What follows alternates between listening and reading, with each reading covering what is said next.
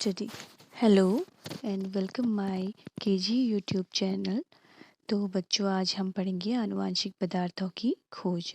ठीक है, तो जैसा कि इसमें लिखा हुआ है कि मैस्चर एंड जो मेंडल थे उन्होंने काफ़ी रिसर्च करी, काफ़ी एक्सपेरिमेंट करे थे।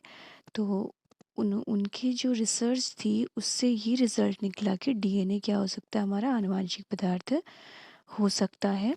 ठीक है, आनुवांशिक पदार्थ के रूप में कार्य करता है बताया। तो आनुवांशिक पदार्थ के आणविक आधार की खोज जो है उन्होंने 1926 में हुई थी, उसके मॉलिक्यूलर बेसिस की। तो Gregor Mendel, Walter Sutton, Thomas Hunt Morgan व अन्य दूसरे वैज्ञानिकों की खोज जो थी, पूर्व जो भी खोजें करी उनके बेसिस पे उन्होंने ये बताया कि जो क्रोमोसोम होते हैं वो हमारे कहाँ पे होते हैं, केंद्रक में पाए जाते हैं। ठीक है, हमारे केंद्रक में पाए जाते हैं। लेकिन ये नहीं बता पाए कि जो केंद्रक में कौन सा पदार्थ जो है हमारा हेरिडिटरी को रिप्रेजेंट कर रहा है, हमारे जेनेटिक मटेरियल को रिप्रेजेंट करता है। ठीक है, तो इसके बाद हम देखेंगे ट्रांसफॉर्मेशन थ्योरी। ठीक है, रूपांतरित सिद्धांत आया हमारा। तो देखिए, रूपांतरित सिद्धांत ट्रांसफॉर्मेशन थ्योरी में जो साइंटिस्ट थे फ्रेडरिक ग्रिफिथ थे, 1928 में उन्होंने रिसर्च करी और उन्होंने बताया कि जो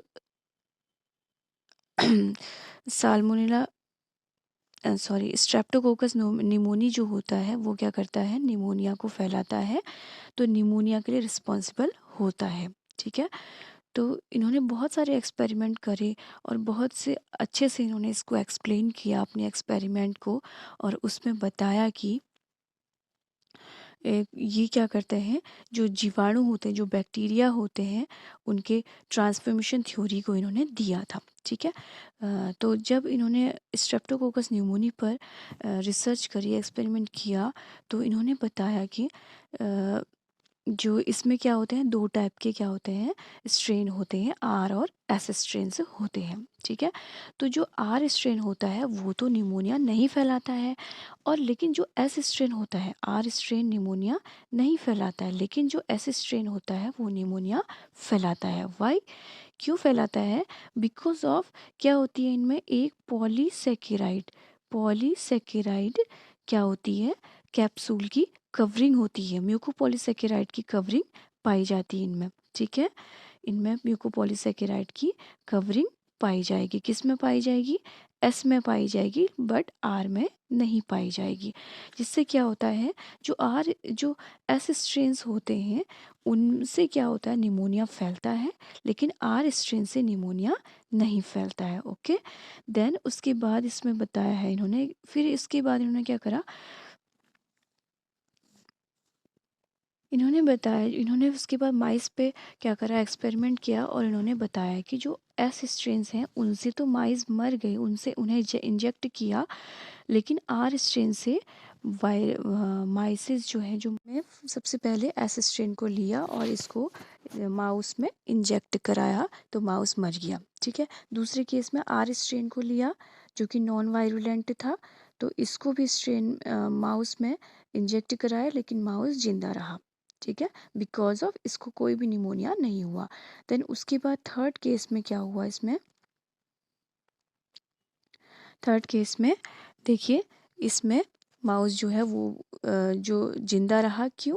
क्योंकि इसमें एस स्ट्रेन को क्या कर दिया गया है, हीट कर दिया गया है। इसमें तो हीट नहीं किया था, ठीक है, लेकिन इसमें हीट करा गया है। ठीक है, हीट किया गया, फिर भी माउस जो है वो जिंदा है।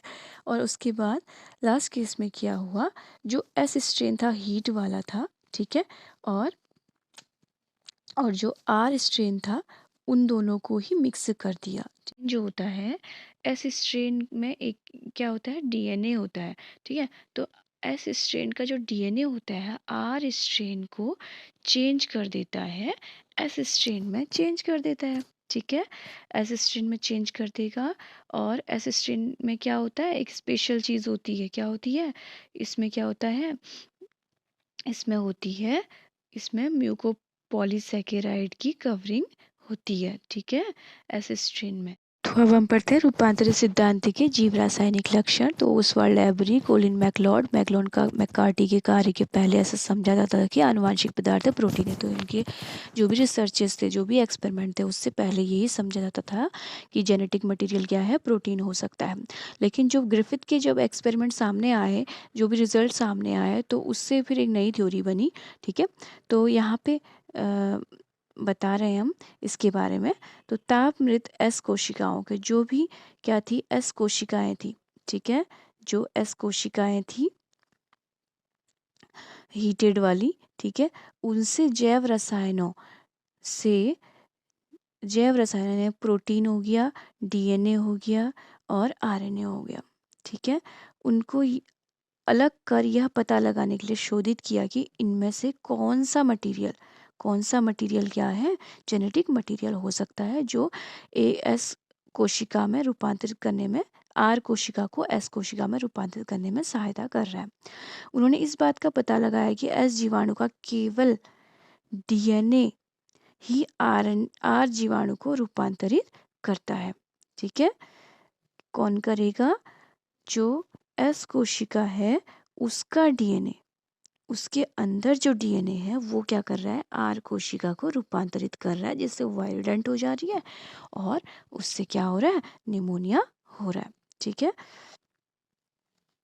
उन्होंने इस बात का पता लगाया कि प्रोटीन पाचक एंजाइम जो होते हैं, प्रोटीन जो है और जो आरएनए है, वो इस रूपांतरण को प्रभावित नहीं कर रहे हैं। उन्होंने कहा कि ये तो हो ही नहीं रहा है, इनसे तो निमोनिया हो ही नहीं रहा है, ठीक है, इनसे कोई भी इफेक्ट नहीं पड़ रहा है। लेकिन जो डीएनए है उससे क्या हो रहा है, जो डीएनए है उससे क्या हो जा रहा है, हमारा डाइजेस्टिव निमोनिया भी हो रहा है, ठीक है, वो क्योंकि डीएनए ही क्या कर रहा है, म्यूकोपॉलीसेकेराइड की कवरिंग बना रहा है, ठीक है। तो उन्होंने ये भी बोला कि डीएनए से पाचन के बाद रूपांतरण प्रक्रिया बंद हो जाती है, जो ट्रांसफॉर्मेशन प्रोसेस होती है वो स्टॉप हो जाती है। तो उन्होंने ये निष्कर्ष निकाला कि आनुवांशिक पदार्थ क्या हो सकता है, डीएनए हो सकता है, ठीक है। लेकिन इस बात से सभी जीव विज्ञानी सहमत नहीं थे, लेकिन सारे साइंटिस्ट नहीं थे, लेकिन उनका जो एक्सपेरिमेंट है, ट्रांसफॉर्मेशन सिद्धांत जो है, उनका यही रिजल्ट निकला कि डीएनए क्या हो सकता है, हमारा जेनेटिक मटेरियल हो सकता है।